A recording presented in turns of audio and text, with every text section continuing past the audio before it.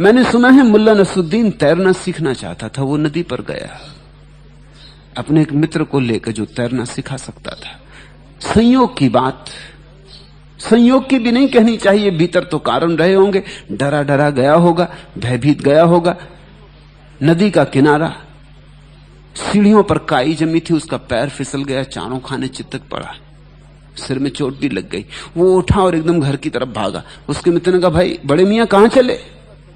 उसने कहा, अब जब तैरना सीख लूंगा तभी नदी के पास आऊंगा। ये तो खतरनाक मामला है।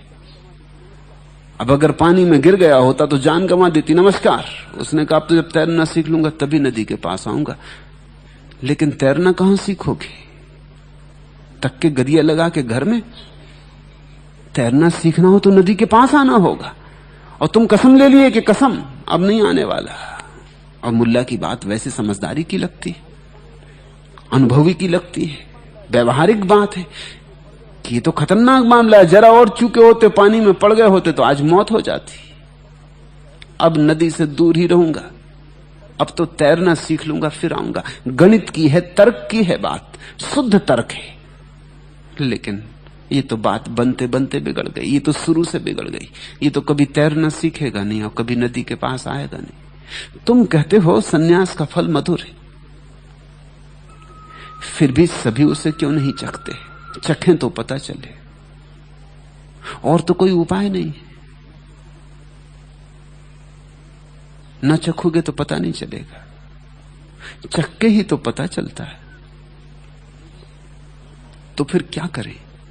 लोगों की बुद्धियां बड़े तर्क से भरी हैं। वो कहते हैं पहले प्रमाण चाहिए कि ईश्वर है, तो फिर हम ईश्वर की तरफ चलेंगे। और ईश्वर की तरफ चलने से प्रमाण मिलता है कि है। अब ये बड़ी मुश्किल बात है। यही अबूझ पहेली है धर्म की। अनुभव करने से प्रमाण मिलता है और कोई प्रमाण नहीं। और चखने से स्वाद आता है और कोई उपाय नहीं है। इसलिए जो हिम्मतवर हैं, जो कहते हैं कि ठीक है बहुत से बहुत यही होगा ना, कड़वा होगा तो थूक देंगे, ज्यादा से ज्यादा इतना ही होगा ना कि फल मीठा नहीं होगा, कड़वा होगा, तो जिंदगी में इतने कड़वे फल चखे, एक और सही। कितने तो तुमने कड़वे फल चखे, अभी तक तुमने मीठा फल चखा कहां? कड़वे के तो तुम अभ्यासी हो। तो क्या घबराहट है? एक फल और सही, कड़वा ही निकल सकता है, चख तो लो। हालांकि जिन्हें चखा उन्होंने